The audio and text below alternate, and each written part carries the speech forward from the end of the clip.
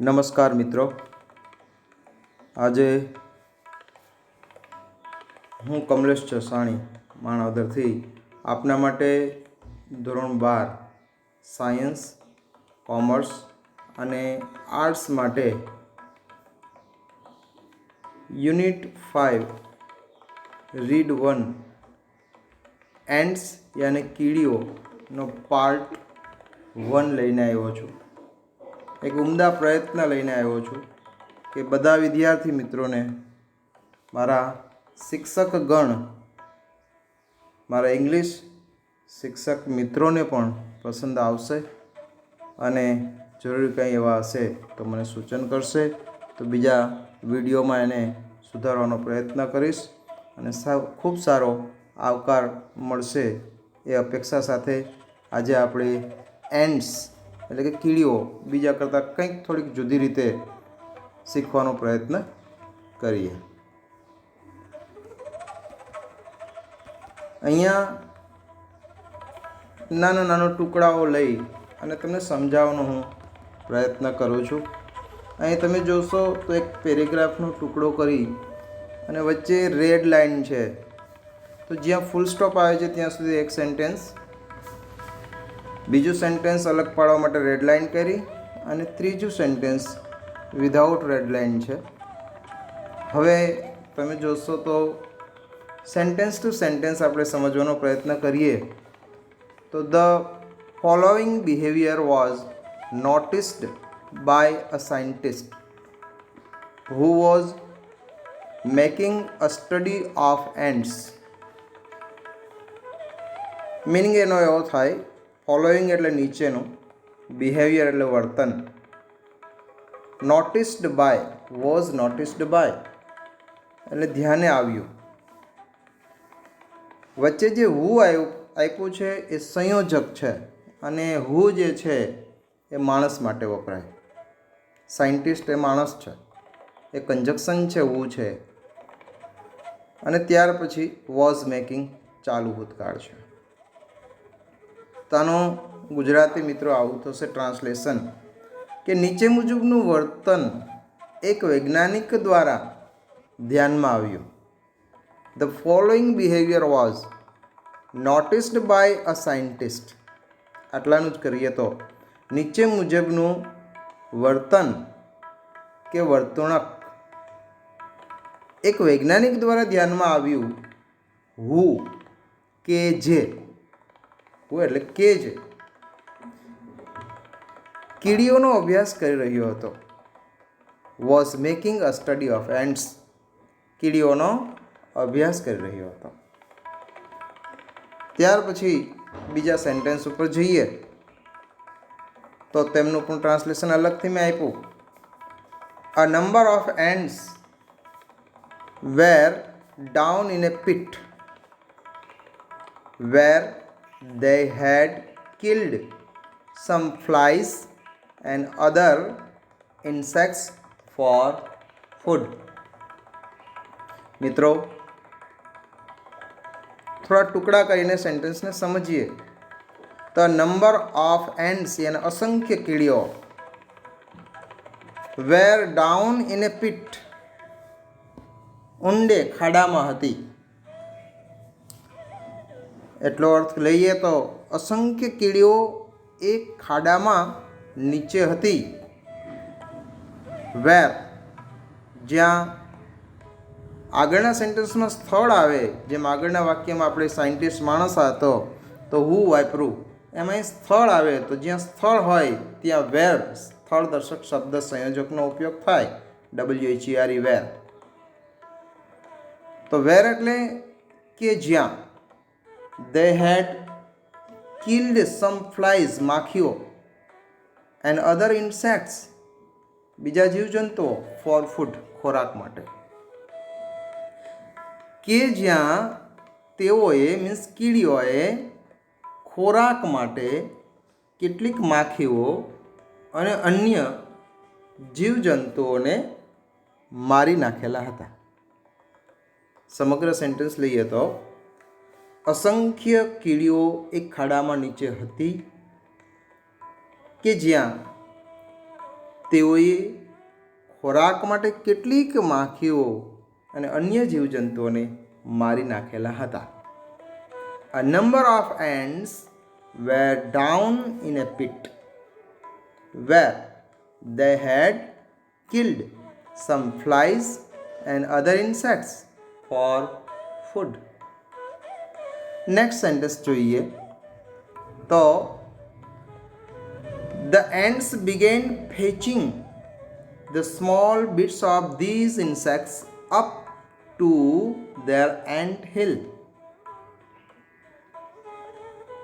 The ants began, કીડીઓએ શરૂ કર્યું, સાદો ભૂતકાળ. ફેચિંગ વર્તમાન કૃદંત છે. કોઈ પણ ક્રિયાપદને આઈએનજી લાગે એને વર્તમાન કૃદંત, ઇંગ્લિશમાં જેને પ્રેઝન્ટ પાર્ટિસિપલ કહેવાય, કે જે ક્રિયા એ કરતા હોય છે અહીંયા દર્શાવે છે. લાવવાની ક્રિયા છે, ઊંચકી જવાની ક્રિયા છે. અહીંયા અર્થ થાય ઊંચકી જવું, લઈ જવું, ફેચિંગ. આમ તો અર્થ એવો થાય કોઈને તેડી આવવું, પણ અહીંયા ઉપર લઈ જવું, ઊંચકી જવું એવો અર્થ થશે. The small bits of this insects, આ જે આગળની વાત કરી એ જીવજંતુઓ, માખીઓના બિટ્સ, પીસીસ, ટુકડાઓ, નાના નાના ટુકડાઓ, up to there ant hill. Ant hill એટલે મિત્રો, એન્ટ એટલે કીડી, હિલ એટલે ટેકરી. કીડીઓ દ્વારા બનાવવામાં આવતી ટેકરી, ઢગલો, એટલે જેને આપણે રાફડો કહીએ. જે ધૂળનો ઢગલો આપણે મોટો મોટો જોતા હોય, પોલો પોલો, અંદર કીડીઓ હોય. આપણે ઘણી વખત એના માટે એમ કહીએ નાગણીનો રાફડો. એ એન્ટ હિલ એટલે રાફડો. તો એ તેઓના જે એનું ઘર છે, એનું દર છે, ત્યાં એન્ટ હિલ સુધી એ લઈ જવાનું શરૂ કરે છે. The ants began fetching the small bits of these insects up to their ant hill. તે કીડીઓએ આ જંતુઓના નાના નાના ટુકડાઓ તેમના રાફડા સુધી ફેચિંગ, ખેંચીને લઈ જવાનું, બિગેન, શરૂ કર્યું. ઓકે, પછી નીચે જોઈએ તો મેં કેટલાક સ્પેલિંગ આપ્યા છે. આપણી ગ્લોસરીમાં પણ છે પિટ. પિટ યાને હોલ, ડીચ, જેને ગુજરાતીમાં આપણે ખાડો કહીએ. ત્યાર પછી બિટ્સ યાને પીસીસ, ટુકડો અથવા તો ટુકડાઓ બહુવચનમાં લઈએ તો.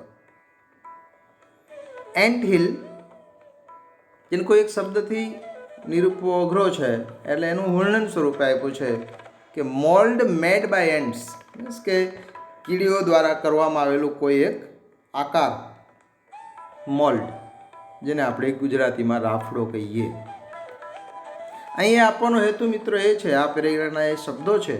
માની લો કે પેરેગ્રાફ આપણે પરીક્ષામાં પૂછાય તો આપણે એમ પણ પૂછી શકાય કે find the similar meaning of ditch from the paragraph, from the passage. Passage અથવા પેરેગ્રાફ, જેને આપણે પેરેગ્રાફ કહીએ છીએ, પેસેજ એટલે પણ ફકરો, એમાંથી ડીચનું સમાનાર્થી શોધી આપો. ત્યારે આપણે ડીચ સામે ડેશ કરીને પીટ એવું લખવું પડે. એવી રીતે આપણે પીસીસનું પૂછી શકે. અને એવી રીતે કદાચ છેલ્લો શબ્દ જે આપણે કેમ પૂછે એવું વિચાર આવે તો એમ પૂછી શકે કે give one word from the passage for mold made by ants. એટલે કે મોલ્ડ મેડ બાય એન્ટ્સ જે શબ્દ સમૂહ છે એમનો એક શબ્દ પેરેગ્રાફમાંથી શોધી કાઢો. તો આપણે મોલ્ડ મેડ બાય એન્ટ્સ એ સામે ડેશ કરી અને એન્ટ હિલ લખીશું. સમજાઈ ગયું? નેક્સ્ટ પેરેગ્રાફ આપ્યો છે મેં, જુઓ. એમાં પણ ટુકડા આ જ રીતે, મારી દરેક જગ્યાએ એ જ સિસ્ટમ રહેશે, એટલે વારે વારે વાત નહીં કરું. તો પહેલું સેન્ટેન્સ છે, this was arduous work for them. This was arduous work for them. Arduous means difficult, મુશ્કેલ. બહુ સરળ વાક્ય છે કે આ તેઓ માટે મુશ્કેલ કાર્ય હતું.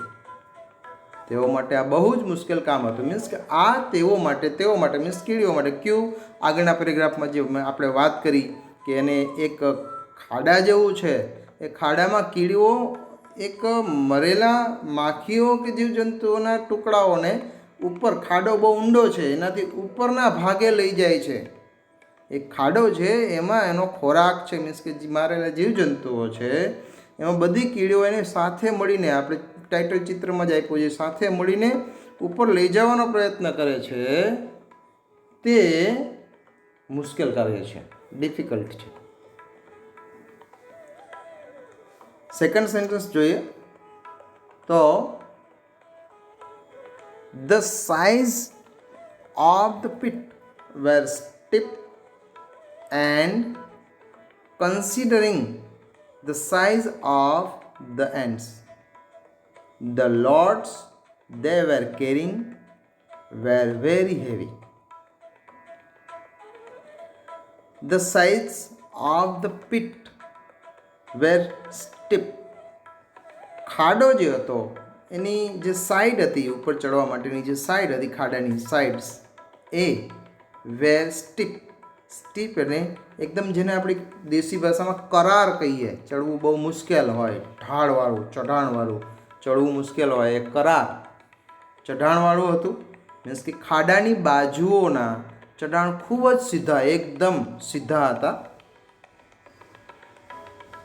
અને considering the size of the ants, અને એના પ્રમાણમાં કીડીઓની સાઇઝનો વિચાર કરીએ. Considering the size of the ants, કીડીઓની સાઇઝનો વિચાર કરીએ. કન્સિડરિંગ એટલે વિચાર કરીએ, ધ્યાને લઈએ. તો ધ લોડ્સ, વજન, જે પેલું બીટ્સ જે એટલે જીવજંતુઓનો અથવા તો પેલો માખીઓના ટુકડાઓનો જે વજન હતો, લોડ્સ, એ ધે વેર કેરિંગ, કીડીઓ જે ઊંચકી જઈ હતી, ઊંચકીને લઈ જઈ રહી હતી, વોઝ વેરી હેવી, એ ખૂબ જ વજનદાર હતી, ખૂબ જ ભારે હતી. હવે સમગ્ર રીતે અર્થમાં જોઈએ તો ખાડાની બાજુઓના ચઢાણ ખૂબ જ સીધા હતા અને કીડીઓના કદને વિચારીએ, ધ્યાને લેતા તે ખૂબ જ ભારે વજન, વેરી, જે લોડ્સ હતો એ વેરી હેવી, ખૂબ જ ભારે વજન ઊંચકી જઈ રહી હતી. ત્યાર પછી પેરેગ્રાફનું છેલ્લું સેન્ટેન્સ જોઈએ તો it was as if a group of men were carrying a weight of 200 pounds each and climbing a cliff at the same time. It was as if a group of men were carrying a weight of 200 pounds each. મિત્રો અહીંયા પહેલાં એઝિફને સમજી લઈએ તો એઝિફનો અર્થ થાય જાણે કે. એઝિફ એટલે જાણે કે, જે ફંક્શન તરીકે આપણે પરીક્ષામાં પૂછાય છે એ ફંક્શનનું નામ છે સપોઝિશન. ફંક્શનનું નામ છે સપોઝિશન. મીન્સ કે ધારણા, અનુમાન. વાસ્તવમાં કોઈ સાચી બાબત હોતી નથી, પણ એવી કલ્પના કરવામાં, જાણે કે આમ હોય તો, જાણે કે તેમ હોય તો, એને સપોઝિશન ઇંગ્લિશમાં કહેવામાં આવે. હવે સપોઝિશન ફંક્શનમાં જ્યારે આવે ત્યારે યાદ રાખજો કે આપણે એન્ડ્સના પાઠમાં એઝિફ વાળું વાક્ય શીખી ગયા. અને જનરલી એવો નિયમ છે, 100% ફોલો કરવો તો અઘરો છે, પણ જનરલી એવો નિયમ છે કે એઝિફ પછીના વાક્યમાં એક વચન હોય કે બહુવચન હોય, કર્તા જે છે, સબ્જેક્ટ જે છે એ એક વચન હોય કે બહુવચન હોય, પણ એના પછી અનુમાન કરવા માટે WERE વેરનો જ ઉપયોગ થાય. વેરનો જ ઉપયોગ થાય. અથવા ઘણી વખત એના પછી હેડનો પણ ઉપયોગ હોય છે, HAD, હેડ. એટલે સાથે સાથે આપણે અહીં ફંક્શનની પણ ચર્ચા કરીએ છીએ.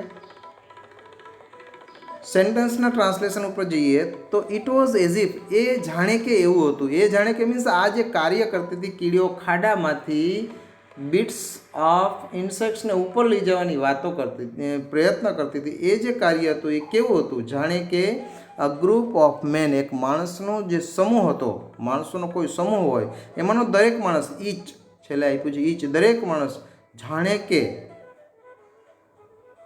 200 પાઉન્ડનું વજન, 200 પાઉન્ડ ફોરેન લેંગ્વેજ છે, 200 પાઉન્ડનો વજન, જેમ આપણે અહીંયા કિલો કહીએ એમ અન્ય જગ્યાએ એને પાઉન્ડ કહેવામાં આવે, 200 પાઉન્ડનું વજન જાણે કે ઊંચકી જઈ રહ્યા હોય એવું લાગતું હતું. મીન્સ કે એવી કલ્પના છે કે એ એવું કંઈક હતું, આ કાર્ય એવું કંઈક હતું જાણે કે એક ગ્રુપનો દરેક માણસ 200 પાઉન્ડનું વજન ઊંચકી જઈ રહ્યો હોય. અને and climbing a cliff at the same time, અને સાથે સાથે એ જ સમયે, એક જ સાથે સાથે જાણે કે કોઈ ટેકરી પણ ચડી રહ્યો હોય, 200 પાઉન્ડનો વજન ઊંચકો હોય અને સાથે સાથે ટેકરી પણ ચડી રહ્યો હોય, કોઈ માણસનો ટેકરી ચડતો હોય, એવી જે કીડીનો લુક છે એવો આવતો હતો કે ખાડામાંથી જાણે ને એટલે ટેકરી તરફ કીડીઓ ઊંચી જતી હોય બહાર, એ જાણે કે એવું લાગતું હતું કોઈ માણસોનું ગ્રુપ છે, એમાં દરેક માણસ એક 200 પાઉન્ડ જેટલો વજન ઉપર ઉચકી અને ટેકરી તરફ જઈ રહ્યો હોય. નેક્સ્ટ જોઈએ તો શબ્દાર્થ આપ્યા છે મેં, ગ્લોસરી, આર્ડિયસ મેં આગળના સ્લાઇડમાં ચર્ચા કરી છે એટલે વિશેષ નહીં કહું, ડિફિકલ્ટ, લેબોરિયસ મુશ્કેલ, આ શબ્દોને પણ બરાબર યાદ રાખવા, એક માર્કમાં આપણે પૂછી લઈએ. સ્ટીપ એનો અર્થ થાય શાર્પ, વર્ટિકલ સ્લોપ યાની સીધું ચડાણ, ક્લિફ યાની સ્ટીપ રોક એટલે કે ટેકરી, ભેખડ. ત્યાર પછી આગળ જઈએ બીજા પેરેગ્રાફ તરફ, તો સિસ્ટમ મારી સરખી જ છે, સેન્ટેન્સ અલગ પાડવાની. The ants immediately organize the work in this way. કીડીઓએ ઇમિડિયેટલી, તાત્કાલિક, ઓર્ગેનાઇઝડ જાણે કે ગોઠવી લીધું, જાણે કે ગોઠવી લીધો હોય. ક્યું તો કે આ જે કામ કરતા હતા એ એવી રીતે ગોઠવી લીધું, ઇન ધ વે, એવી રીતે ગોઠવી લીધું. એનું ટ્રાન્સલેશન છે નીચેનું જે છે મિત્રો એ છે, થોડું ક્રમમાં ફેરફાર છે કે એ કીડીઓએ તરત જ તે કામને આ મુજબ ગોઠવ્યું. ઇન ધીસ વે મીન્સ આ મુજબ. કેવી રીતે તો કે while some were carrying up the bits of insects, મને કેટલીક કીડીઓ, જ્યારે while મીન્સ જ્યારે, ત્યારે, જ્યારે કેટલીક કીડીઓ જે છે એ bits of insects જીવજંતુઓના ટુકડાઓને કેરિંગ અપ ઉપર ઊંચકી જઈ રહી હતી. અને ત્યારે ધ અધર્સ બીજી કીડીઓ વેન્ટ ઇન ફ્રન્ટ આગળ આગળ જતી હતી.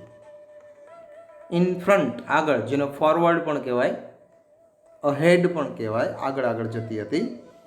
શા માટે? And cleared away any sand or small stone that obstructed the way. આગળ જતી હતી, આગળ જઈને તે રસ્તામાં જે અડચણરૂપ હતું, ઓબસ્ટ્રક્ટેડ, રસ્તામાં જે અડચણરૂપ હતી એવી કોઈ પણ રેતી કે નાના નાના પથ્થરના ટુકડાઓને ક્લિયર્ડ અવે, દૂર કરી જતી હતી. મીન્સ કે ટીમ વર્ક કરતી હતી. કેટલીક કીડીઓ વજનને ઉચકીને જતી હતી તો એને વચ્ચે રસ્તામાં અડચણ આવે તો એ અડચણ દૂર કરવું પડે, તો બીજી કેટલીક કીડીઓ એ અડચણને દૂર કરતી જતી હતી. એના માટે એક પાથ, એક રસ્તો કેડી બનાવી જતી હતી. એટલે સમગ્ર રીતે જોઈએ તો એક કીડીઓએ તરત જ તે કામને આ મુજબ ગોઠવ્યું. એ અંડરલાઇન નથી કર્યું એટલે આનું બ્લેક અક્ષરમાં જે મેં નીચેના પેરેગ્રાફમાં છે એ ગુજરાતી. પછી રેડ અક્ષરમાં છે એ રેડ અંડરલાઇનવાળું છે કે જ્યારે કેટલીક કીડીઓ જીવજંતુઓના કણ ઊંચકી ઉપર જઈ રહી હતી અને ત્યાર પછી ફરી પાછું અંડરલાઇન વગરનું છે એ બ્લુ કલરમાં છે, ત્યારે બીજી કીડીઓ તેમની આગળ જઈને જે રેતી કે પથ્થર તેમના રસ્તામાં અડચણરૂપ હતા તેમને હટાવી દીધા અથવા દૂર કરી જતી હતી. આગળ જોઈએ તો at some points where it was difficult to get a foothold. Sentence અધૂરું છે, જે આગળ જોઈએ પહેલા રીડિંગ કરી લઈએ. These other ants would position themselves in such a way that the ants carrying the loads could easily climb over them. આપણે અહીં બે ટુકડા તમને સમજવા માટે પાડ્યા છે. પહેલાં અંડરલાઇન કર્યું છે ટુકડો જોઈએ તો એટ સમ પોઈન્ટ્સ યાની જગ્યા, સ્થળ, કેટલીક જગ્યાએ, એટલા માટે એના પછી વેર આવ્યું છે. જુઓ સ્થળ દર્શક, હમણાં આપણે આગળના પેરેગ્રાફમાં હતું પીટ્સ પછી વેર હતું. એટ સમ પોઈન્ટ્સ વેર, કેટલીક એવી જગ્યાઓ કે જ્યાં it was difficult to get a foothold. Foothold means પગ રાખવાની જગ્યા, પગ ટેકવવાની જગ્યા. કેટલીક એવી જગ્યાઓ હતી, કેટલીક એવા સ્થાન હતા કે જ્યાં પગને ટેકવવો, પગને રાખવો, ટુ ગેટ અ ફૂટહોલ્ડ, પગને રાખવો, વોઝ ડિફિકલ્ટ, મુશ્કેલ હતો. These other ants would position themselves in such a way that, such અને that છે એને થોડીક વાત કરીએ ને, સચ એ વે દેટ, તો આમ જોઈએ તો સચ અને દેટ જે છે એ ફંક્શન રિઝલ્ટ છે, શોઈંગ રિઝલ્ટ જેને કહેવાય, સચ દેટ. કારણ કે જે પહેલું વાક્ય છે એ ધેટ પછીનું વાક્ય પહેલાં વાક્યનું રિઝલ્ટ યાને પરિણામ દર્શાવે છે, એટલે એને શોઈંગ રિઝલ્ટ કહેવાય. બીજા શબ્દો છે જેની અહીં સમય નહીં લઈએ, જેમ કે સો દેટ, ઇનફ, ટુ. મેં એક અલગ વિડીયો કરીને તમને આપેલો છે, જોજો એમાં. તો આગળ વધીએ તો such a way that the ants carrying the loads could easily climb over them. તો આ બીજી જે કીડીઓ હતી તેમણે ધેમસેલ્સ, પોતાની જાતને, પોતે એ પોઝિશન, એવી સ્થિતિમાં, એવી પોઝિશનમાં ગોઠવી દીધી, એવી રીતે પોતાને ગોઠવી દીધી જ્યાં નામ પગથિયા હોય આડી એક પછી એક કીડીઓ ગોઠવાઈ ગઈ. જે બીજી કીડીઓ, કારણ કે કેટલીક જગ્યાએ પગ રાખવામાં મુશ્કેલી પડતી, એટલે બીજી કીડીઓ ટીમવર્ક કરતી હતી, કોઓપરેટિવ હતી, સહકાર આપતી, એટલે બીજી કીડીઓએ શું કર્યું, જે વજન નહોતી ઉચકતી એ પગથિયા બની ગઈ, એમ કહી તો ચાલે. આમ આડી ઊભી રહી ગઈ આમ તાકાતથી, એટલે એના પગ મૂકવાની બીજી જગ્યા નહોતી, એટલે એની બોડી ઉપર પગ મૂકીને બીજી કીડીઓ આગળ વધી શકે. એટલે એમ કહે છે કે આ બીજી કીડીઓ પોતાને એવી રીતે પોઝિશન કરી, એવી રીતે સ્થિતિમાં ગોઠવી દીધી કે carrying the loads, the ants carrying the loads, વજન ઊંચકીને જઈ રહેલી કીડીઓ સરળતાથી તેમની ઉપર, ઓવર ધેમ, એટલે જે કીડીઓ ગોઠવાણી હતી ને એની ઉપર થઈને, તેમની ઉપર થઈને ચડી શકતી હતી, જે એમની ઉપર પગ દઈને ઉપર ચડી શકે. તો કેટલીક એવી જગ્યાઓ કે જ્યાં પગ ટેકવવો મુશ્કેલ હતો, મેં નીચે આપેલું જ છે, ત્યાં બીજી કીડીઓ એવી રીતે ગોઠવાઈ ગઈ કે વજન ઉચકીને જનાર કીડીઓ તેમના ઉપર થઈને સહેલાઈથી ચડી શકે. નીચે શબ્દાર્થ આપ્યા છે મિત્રો, ક્લિયર હવે. Two remove something from area, રસ્તો સાફ કરવો. ફૂટહોલ્ડ, એરિયા ઓફ રોક, એટલે કે પહાડી જેવો વિસ્તાર. Where one can safely put one's foot while climbing, જ્યારે ચડતા હોય ત્યારે કોઈ વ્યક્તિનો પગ મૂકે એટલે પગ રાખવાની જગ્યા. આમ આપણે જોઈ શકીએ કે સંપૂર્ણપણે આપણે પેરેગ્રાફના ટુકડા કરીને જોયા છે. હવે અહીંયા આપણે એ જ પેરેગ્રાફના સવાલ જવાબ સ્વરૂપે જોઈએ. Vote was the scientist making? Scientist શું કરી રહ્યા હતા? તો એમનો જવાબ સેમ કલરમાં જ આપ્યો છે. The scientist was a study of the behaviour of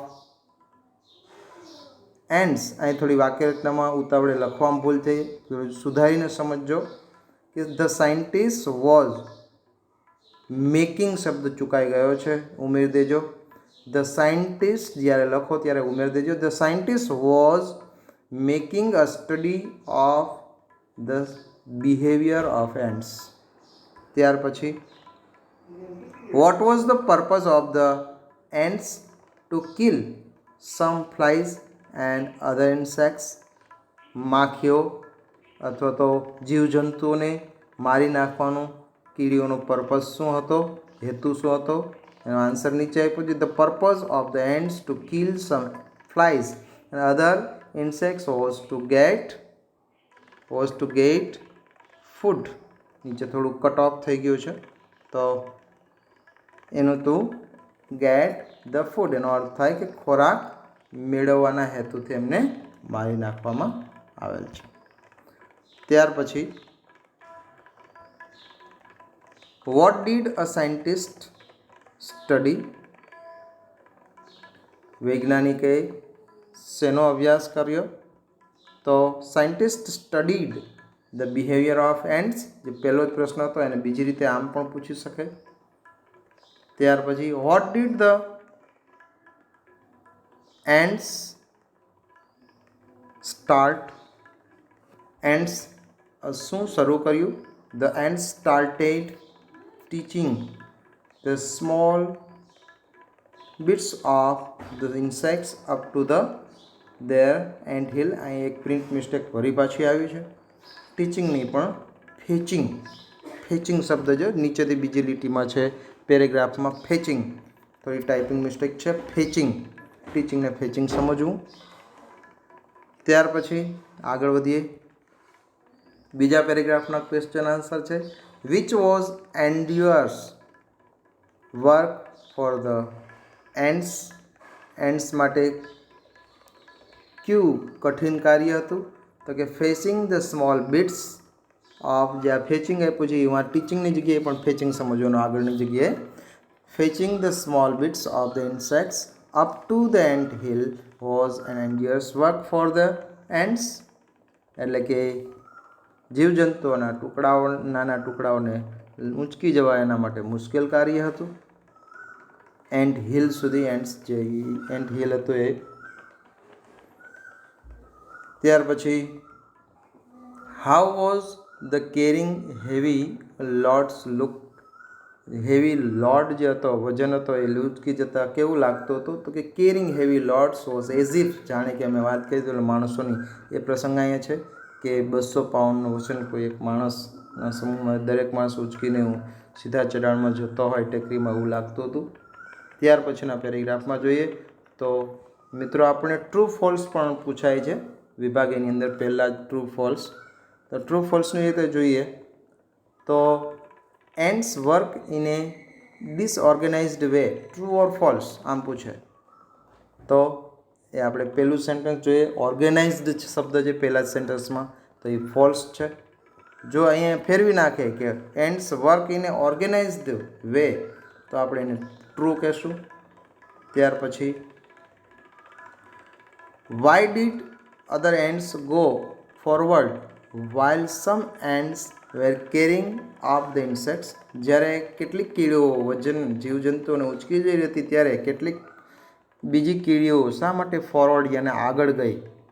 તો આપણે જાણીએ છીએ, વાત કરી ગયા કે બીજી કીડીઓ while some ants carrying up the insect, જ્યારે કેટલીક કીડીઓ જીવજંતુઓનું વજન ઊંચકી જઈ રહી હતી ત્યારે બીજી કીડીઓ